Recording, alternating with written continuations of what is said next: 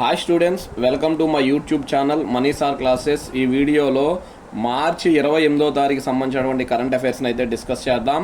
Already 27 వరకు కూడా upload చేసేసా. ఎవరైనా చూడని వాళ్ళు ఉంటే ఒకసారి 27వ తారీఖు వీడియో కూడా చూడండి. ఓకే, ఇంకా ఆలస్యం చేయకుండా వీడియోలోకి వెళ్ళిపోదాం. చూస్తున్న వాళ్ళందరూ కూడా ఒక లైక్ చేయండి. ఫస్ట్ బిట్ అనమాట, జాతీయ బీసీ కమిషన్ చైర్పర్సన్గా ఎవరు బాధ్యతలు స్వీకరించారు? చూడండి, నేషనల్ బీసీ కమిషన్ చైర్పర్సన్గా ఎవరు బాధ్యతలు స్వీకరించారు అంటే ఆమె పేరు సాధ్వి నిరంజన్ జ్యోతి అంటారు. ఆమె పేరు ఏం పేరు?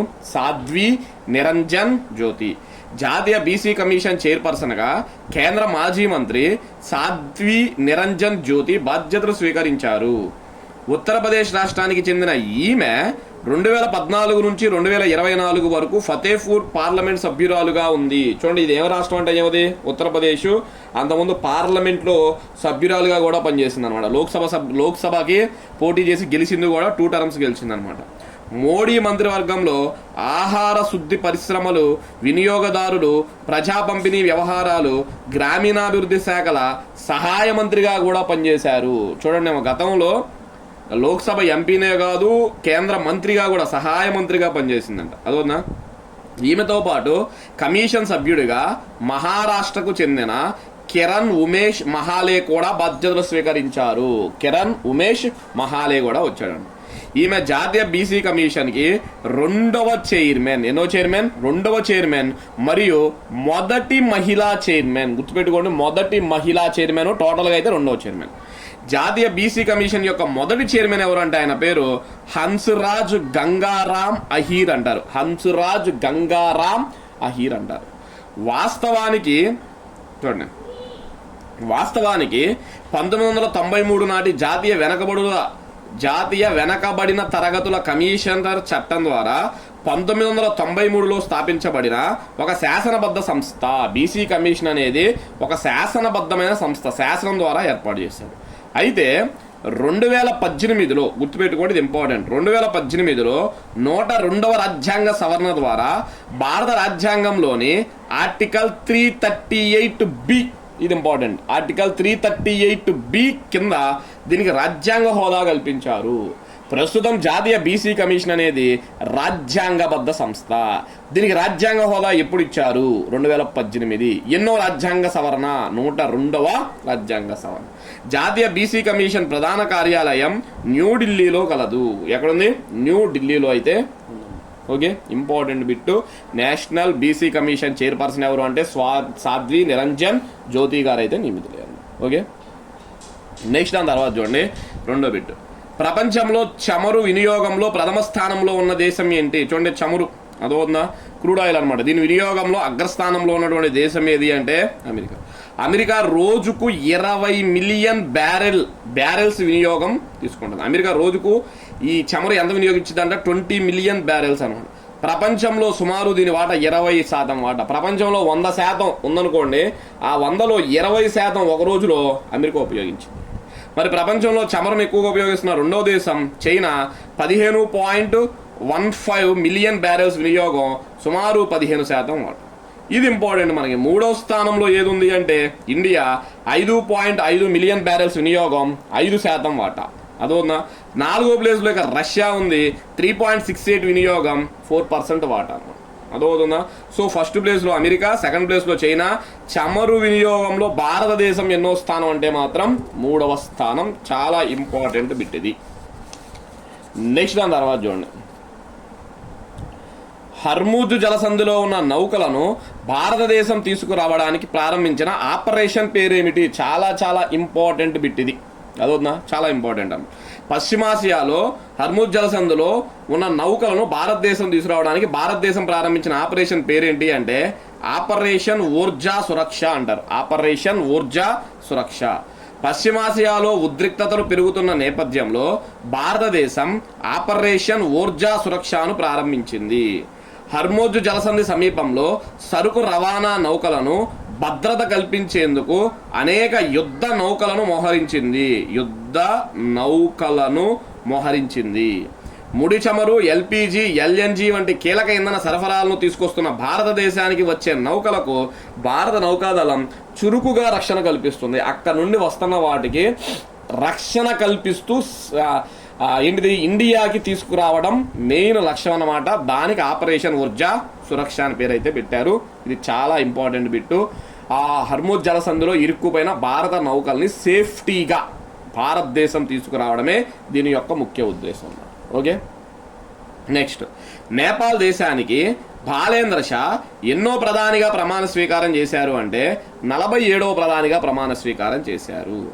ర్యాప్ నుంచి చూడండి, మనం ర్యాప్ అంటాం కదా, ర్యాప్ సంగీతం అంటాం కదా, అదనమాట. ర్యాప్ నుంచి నవతరం నాయకుడిగా ఎదిగిన 35 ఏళ్ల బాలేంద్ర షా నేపాల్ దేశానికి 47వ ప్రధానిగా ప్రమాణ స్వీకారం చేశారు.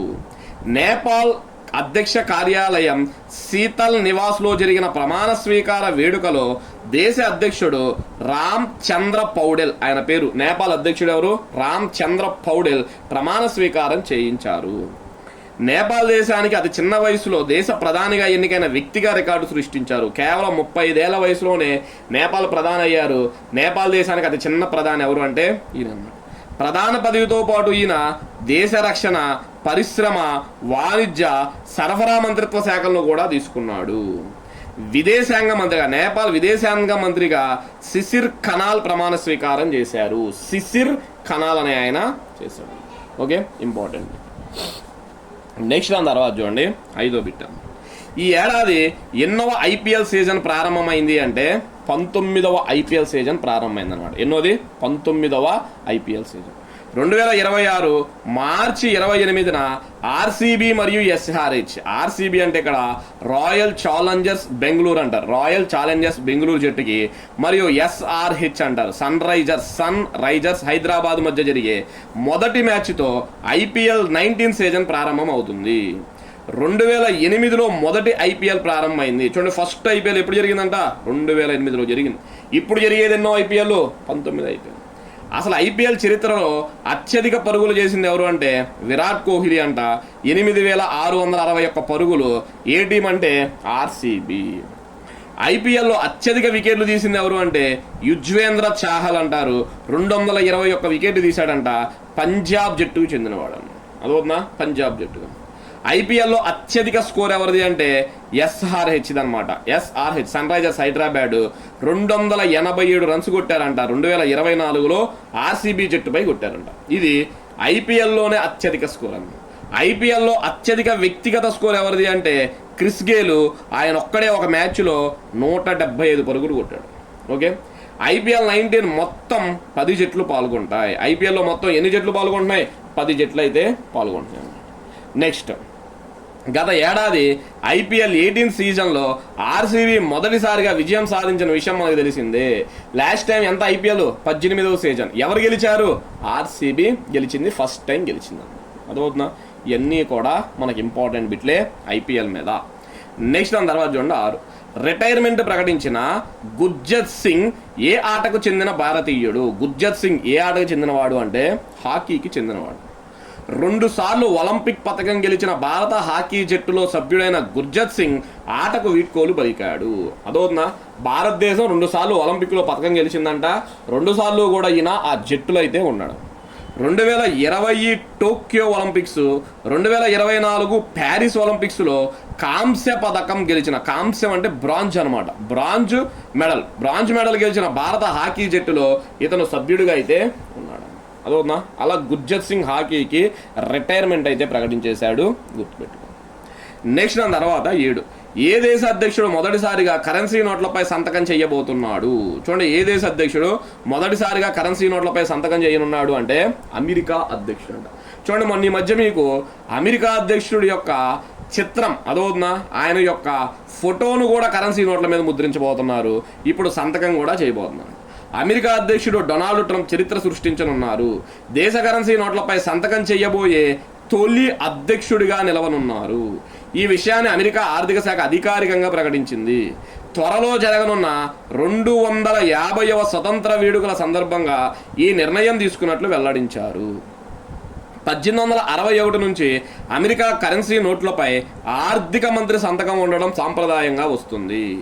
ఈ 165 ఏళ్ల సంప్రదాయాన్ని ట్రంప్ ఇప్పుడు బ్రేక్ చేయబోతున్నాడు.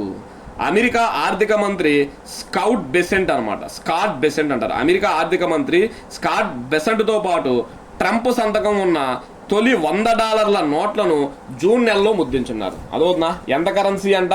$100 కరెన్సీ, $100 నోట్ అంటది. దాని మీద ఎవరి సంతకం ఉంటుంది? ట్రంప్ సంతకం ఉంటుంది. ఆర్థిక శాఖ మంత్రి స్కాట్ బెసెంట్ సంతకం కూడా ఉంటుంది. చూడండి, కరెన్సీ నోట్ల మీద ఈయన ఫోటో చేయించుకుంటున్నాడు. ఇప్పుడు కరెన్సీ నోట్ల మీద ఏం చేస్తున్నాడు? ఈయన సైన్ కూడా చేయబోతున్నాడు. ఓకే, నెక్స్ట్ దాని తర్వాత 8వ చూడండి, UDAN అంటారు, ఉడాన్ అంటారు. ఉడాన్ పథకానికి కేంద్రం ఎన్ని కోట్లు కేటాయించింది అంటే 28,840 కోట్లు. ఈ ఉడాన్ అనేది దేనికి సంబంధించింది అంటే విమానయాన అభివృద్ధికి సంబంధించింది. 28,840 కోట్లు కేటాయించారు. ప్రాంతీయ విమానయాన అనుసంధానానికి మరింత ఊతం ఇవ్వడంలో భాగంగా ఉడాన్కు 28,840 కోట్లు కేటాయించారు. ఇప్పుడున్న ఉడాన్ పథకం 2026 అంటే ఈ ఏడాదితో ముగిసిపోతుంది అన్నమాట. అదవుతుందా? ఎగ్జాక్ట్గా చెప్పాలంటే మార్చి 31తో ముగిసిపోతుంది. 2026-27 ఆర్థిక సంవత్సరం నుంచి 2035-36 వరకు అంటే ఎన్నేళ్ళు మొత్తం? 10 years అనమాట. 10 ఏళ్ల వరకు ఈ నవీకరించిన పథకం అమల్లో ఉండనుంది. అసలు ఉడాన్ అంటే అర్థం ఏంటి అంటే ఉదే దేశ్ కా ఆమ్ నాగరిక్ అంటారనమాట. ఇంకా సింపుల్గా చెప్పాలంటే ప్రతి భారతీయ పౌరుడు విమానం ఎక్కాలి అనమాట, విమానయానం చెయ్యాలి అని అర్థం. అందరికీ విమానయానం చేసే అవకాశాన్ని కల్పించడం వచ్చింది. అసలు దీన్ని ఎప్పుడు ప్రారంభించారు అంటే 2016లో ప్రారంభించారు. ఎప్పుడు? 2016లో ప్రారంభించారు. ఓకే, నెక్స్ట్ దాని తర్వాత 9వది, ఆంధ్రప్రదేశ్ రాష్ట్రంలో ఏ పంచాయతీకి అంతర్జాతీయ ప్రమాణాల సంస్థ ISO అంటారు, ఇంటర్నేషనల్ స్టాండర్డ్స్ ఆర్గనైజేషన్ అంటారు, గుర్తింపు దక్కింది? ఏ పంచాయతీకి దక్కింది అంటే రావులపాలెం. దేనికి? రావులపాలెం. ఆంధ్రప్రదేశ్ రాష్ట్రంలోనే డాక్టర్ బిఆర్ అంబేద్కర్ కోనసీమ జిల్లాలో గల రావులపాలెం పంచాయతీకి ISO గుర్తింపు లభించింది. అదవుతుందా? పంచాయతీకి ISO లభించింది అనమాట. రాష్ట్రంలో ఈ ధృవపత్రం దక్కిన తొలి పంచాయతీగా రావులపాలెం రికార్డు సృష్టించింది. ఆంధ్రప్రదేశ్లో ఇప్పటికి ఒకదానికి లభించింది, అది ఫస్ట్ అన్నమాట. మామూలుగా కేరళలోని పంచాయతీలకి ఇటువంటి ధృవపత్రాలు ఎక్కువగా వస్తుంటాయి, కేరళ వాటికి ఎక్కువ వస్తాయి అంట. ఫస్ట్ టైం మన ఆంధ్రప్రదేశ్లో ఒక పంచాయతీకి ISO సర్టిఫికేట్ దొక్కింది, రావులపాలెం. ఓకే, నెక్స్ట్ దాని తర్వాత చూడండి 10వ వార్తల్లో నిలిచిన వీ డు నాట్ పార్ట్ పుస్తక రచయిత ఎవరు? వీ డు నాట్ పార్ట్ పుస్తక రచయిత ఎవరు అంటే హాంగ్ కాంగ్ అంటారు అనమాట. ఆ పేరేం పేరు? హాంగ్ కాంగ్ అనమాట. చూడండి, కాంగ్ రచించిన, కాంగ్ అంటే ఇక్కడ ఏంటిది? హాంగ్ కాంగే, మళ్ళీ వేరేది అనుకోవద్దు. అదవుతుందా? హాంగ్ కాంగ్ రచించిన వీ డూ నాట్ పార్ట్ అనే పుస్తకం కొరియా ప్రధాన భూభాగానికి దక్షిణాన ఉన్న బెజు ద్వీపంలో 1948-49లో జరిగిన తిరుగుబాటును వివరిస్తుంది. బెజు ద్వీపం ఏ దేశంలో ఉంది? అదవుతుందా? కొరియాకి దక్షిణ భాగాన ఉందంట. అక్కడ జరిగిన తిరుగుబాటు గురించి చెప్తున్నాను. అమెరికా బుక్ క్రిటిక్స్ అవార్డ్స్లను ప్రకటించింది. అమెరికా దేశం బుక్ క్రిటిక్స్ అవార్డులను ప్రకటించింది. నేషనల్ బుక్ క్రిటిక్స్ సర్కిల్ 1974లో న్యూయార్క్లో స్థాపించబడింది. చూడండి, నేషనల్ బుక్ క్రిటిక్స్ సర్కిల్ అనేది ఒక సంస్థని 1974లో ఏర్పాటు చేసి వీళ్ళు every year America book critics అవార్డును అయితే ఇస్తూ ఉంటారన్నమాట. ఓకే, నెక్స్ట్ ఈ అవార్డుల వేడుకలో హాంకాంగ్ రచించిన ఈ పుస్తకం అంటే వీ డు నాట్ పార్ట్ అనమాట. ఈ పుస్తకానికి America national book critics circle award అయితే లభించింది. దీనితో పాటు అరుంధతి రాయ్, చూడండి మన ఇండియా అనమాట, అరుంధతి రాయ్ బయోగ్రఫీ అయిన mother Mary comes to me అనే పుస్తకానికి అవార్డు వచ్చింది. అదేవిధంగా హ్యావో అనే మహిళ రచించిన empire of AI dreams and nightmares in Sam Altman's open AI, ఇదంతా బుక్ పేరు. Empire of AI dreams and nightmares in Sam Altman's open AI అనే పుస్తకాలకు కూడా ఈ అవార్డు వచ్చింది. మొత్తం 3 పుస్తకాలు, హాంకాంగ్ రచించిన పుస్తకం, అరుంధతి రాయ్ రచించిన పుస్తకం, హావో రచించిన పుస్తకాలు వచ్చింది. వియత్నాం యుద్ధంపై తొలి దశలోనే ముందు చూపుతో కూడిన విశ్లేషణ చేసిన 1972 నాటి ఫైర్ ఇన్ ది లేక్, గుర్తుపెట్టుకోండి, ఫైర్ ఇన్ ది లేక్ పుస్తకానికి రచయిత్రి పాత్రికేయురాయలు అయిన ఫ్రాన్సెస్ ఫిట్జ్ గెరాల్డ్కు, అదవుతుందా? ఆమె పేరేం పేరు? ఆమె చూడండి, ఫైర్ ఇన్ ది లేక్ అనే పుస్తకం రాసిందంట, వియత్నాంకి సంబంధించినటువంటి బుక్. ఈ బుక్కి ఫ్రాన్సెస్ ఫిట్జ్ గెరాల్డ్కు జీవిత సాఫల్య పురస్కారం వచ్చింది. జీవిత సాఫల్య పురస్కారం అంటే అర్థం ఏంటంటే లైఫ్ టైం అచీవ్మెంట్ అవార్డు అంటారు తెలుగు, ఇంగ్లీష్లో అనమాట. లైఫ్ టైం అచీవ్మెంట్ అవార్డు, తెలుగులో అయితే జీవిత సాఫల్య పురస్కారం వచ్చింది. కాబట్టి ఈ అవార్డ్స్లో జీవిత సాఫల్య పురస్కారం ఎవరికి వచ్చింది అంటే ఫ్రాన్సిస్ ఫిట్జ్ గెరాల్డ్కి వచ్చింది. ఏ రాసిన బుక్కి ఏమో ఫైర్ ఇన్ ది లేక్ అనే బుక్కి అయితే వచ్చింది. Okay, important బిట్టే. నెక్స్ట్ ఆ తర్వాత చూడండి 11, అంతర్జాతీయ బౌద్ధ సదస్సు ఎక్కడ జరిగింది అంటే హైదరాబాద్లో జరిగింది అనమాట. అంతర్జాతీయ బౌద్ధ సదస్సు ఎక్కడ జరిగింది? హైదరాబాద్. ప్రపంచ శాంతిపై నిర్వహిస్తున్న అంతర్జాతీయ బౌద్ధ సదస్సు మార్చి 27న హైదరాబాద్లో ప్రారంభమయ్యింది. ఈ సమావేశానికి 22 దేశాల నుంచి 150 మంది బౌద్ధ ప్రతినిధులు హాజరయ్యారు. తెలంగాణ రాష్ట్ర పర్యాటక సాంస్కృతిక శాఖ మంత్రి జూపల్లి కృష్ణారావు గారికి ఒక అవార్డు వచ్చింది. ఆ అవార్డు పేరు grand prize for contribution to world peace అనమాట. అదవుతుందా? జూపల్లి కృష్ణారావు గారికి ఈ సందర్భంగా ఒక అవార్డు ఇచ్చారు. అవార్డు పేరు grand prize for contribution to world peace అనే అవార్డును అయితే అందజేశారు. నెక్స్ట్ దాని తర్వాత చూడండి, నాట్ హెల్త్, అదో చూడండి, నాటో హెల్త్ కాదు, మళ్ళా నాట్ హెల్త్ అధ్యక్షురాలుగా ఎవరు ఎన్నికయ్యారు అంటే సంగీతారెడ్డి ఎన్నికయ్యారు. ఎవరు? సంగీతారెడ్డి. ఆరోగ్య సంరక్షణ పరిశ్రమల సమాఖ్య నాట్ హెల్త్ నూతన అధ్యక్షురాలుగా Apollo Hospitals group joint managing director అయిన సంగీతారెడ్డి ఎన్నికయ్యారు.